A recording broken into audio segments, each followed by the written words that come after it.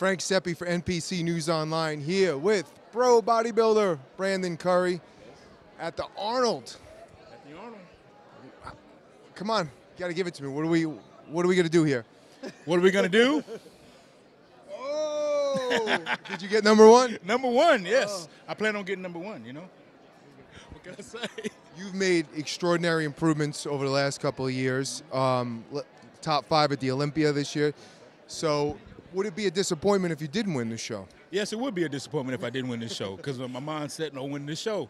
Of course, it'd be a disappointment, but you know, no, it'll be a disappointment.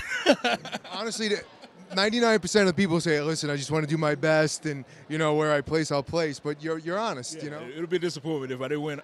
I'll be disappointed. I can't lie about it, because my mind is set to come in here and win. How much work goes into a contest like getting ready for the Arnold class? It's one of the biggest contests in the world, obviously. You know, a lot of NPC competitors out there getting ready for shows, but you know they want to hear from you. You're getting ready for the Arnold class. What did you have to do to get ready for this show? Well, you know, this is a 12-week prep. You know, of course, I go in Kuwait. Well, I'm exclusively bodybuilding, and I eat, sleep, and breathe it, man. I eat, sleep, and breathe it every single day. You know, whether it's the cardio, whether it's the meal timing, whether it's the training, whatever it's going to require for me to bring my package in is what I got to do. So we start off hard. We start off at the most difficult level so we can kind of put it into cruise control as we get closer so we don't stress the body out too much. So the beginning of my prep, we're jumping about an hour in the cardio. We're already pushing the weights hard, trying to get the body down. And then once we're getting close, we kind of baby it in, you know, because we don't want to stress the system out too much, because I've been there, done that, you know. That's how they used to do it in old school ways. Get ready 2 weeks before the show, you know, get near that so you don't have to do any tricks or any crazy stuff the last couple of weeks before a show. How many hours a day are you putting in the gym? Because obviously you're in Kuwait, you're at the gym. Like, are you working out like 5-6 hours? Or like, what are you doing? I mean, we're typically a training session, we're in the gym a couple hours. That's in the gym time. In the gym, yeah. In the gym time, so that's from hitting the gym to leaving the gym. It's probably about a couple hours. The training is pretty high volume, so we're hitting it, you know, pretty fast pace in that time, trying to get as much done as possible. So I'm saying it may not be a total 2 hours of training, but you know, that's going to be the warm up and recovery period that we need. So maybe I'm sitting on the couch trying to gather myself after the training, just before I can leave the gym. You know, that may account for that as well. Yeah. In the mornings, of course, you know, we're doing the cardio, but we also, you know, hitting weak body parts, touch-up work, whatever it may be. So, I mean, my coach is in the gym 3 hours in the morning sometimes, and I'm like, man, dude, you've been here 3 hours already. But for me, it's maybe an hour, hour or so in the morning. So depending on how much cardio I got to do, so it could be an hour and a half if I got an hour of cardio to do. So. What do you think the biggest improvement you've made since the Olympia? It's going to be quality, man. We laid it out to muscle maturity. I think my separation, the lines of my legs and the separation in the back was a little bit lackluster with what we wanted to show at the Olympia. But everything came in early as far as that's concerned. So we're not really concerned about the detail in the back, and we're not concerned about leg separation right now. So I think we've did everything we needed to do to kind of fix that area. And like I said, I can't wait. That's why I'm going in confident. I can't wait to see this new package. I think a lot of guys don't have a lot of room to improve, and I think that's why I'm at the advantage as well, because I think I can bring improvement to the stage continually. I'm not necessarily maxed out my physique quite yet. So.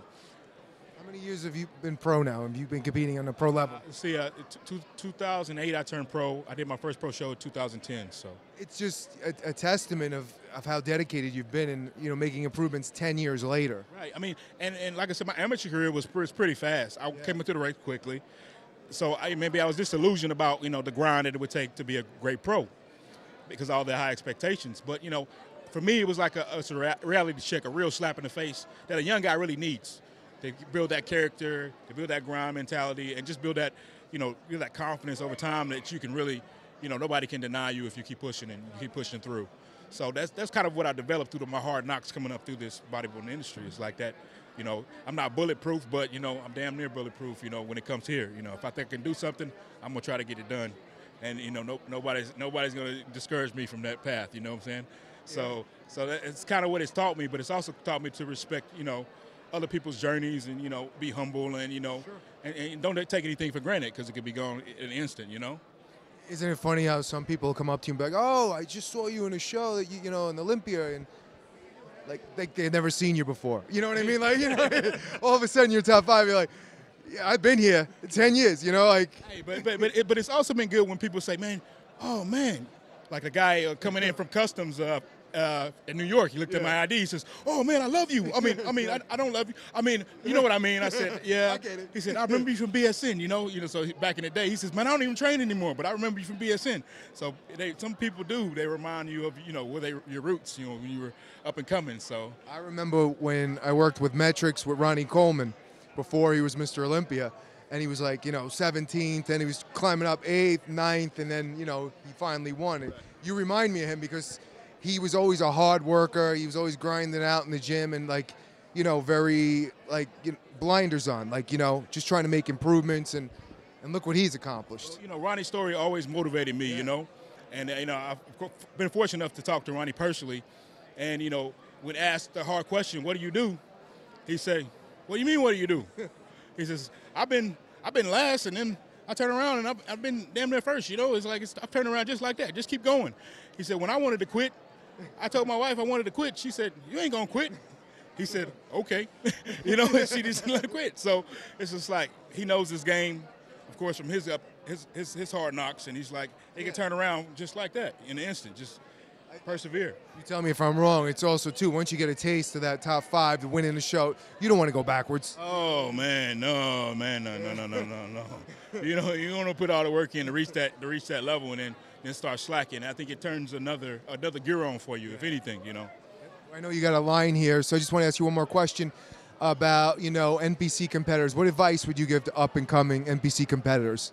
Man, this game is a journey of self-discovery, and through all the the difficulties, all the lessons, you're really just learning something about yourself, And the more you learn about yourself, the more honest you can be about your preparation, the more honest you can be with other people, and the less shortcuts you'll take and look for, and the more you'll focus on what it really is going to take you honestly to get there, and you won't give up on yourself. So you begin to develop a mentality just from knowing who you are.